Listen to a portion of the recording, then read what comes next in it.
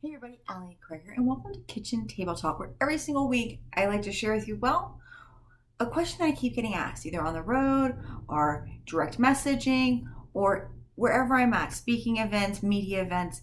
The truth is that questions are all the same. So let's get real about what's really going on as being an entrepreneur, building a brand, and all this crazy fun stuff that we're doing.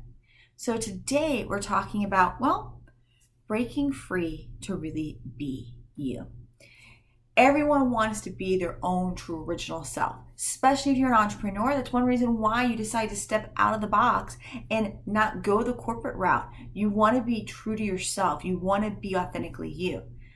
But the more and more you grow old and get into this business, the truth is you realize there's so many more stories at play, so many more issues and hangups that you have that you've never even realized. So what do? How in the world do you break free to be you? Well, first off, it requires an awful lot of personal development. That's just a fact. Any entrepreneur who's not doing personal development on an emotional, spiritual, and relationship level isn't an entrepreneur who's really succeeding.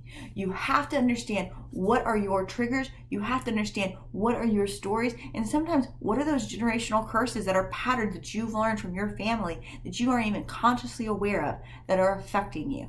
When we understand these elements, we can begin to break free of them and we can begin to make our conscious choices of what are we doing or how we're doing it or what our perspective is.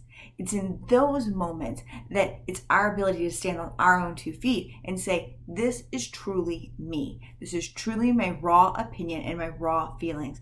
And then once we have that, we have to be brave enough to share it. Just being free to be you, that's great. But when you're an entrepreneur, it's about sharing that and having your story be a role model for future people so that you are the leader of your brand, you're the leader of your audience, so that way they follow you in your model and in your bravery step out into their own brave waters as well. That's what it is to break free and to be you. It's a scary route, it's a challenging route, but it's a route well taken in the end.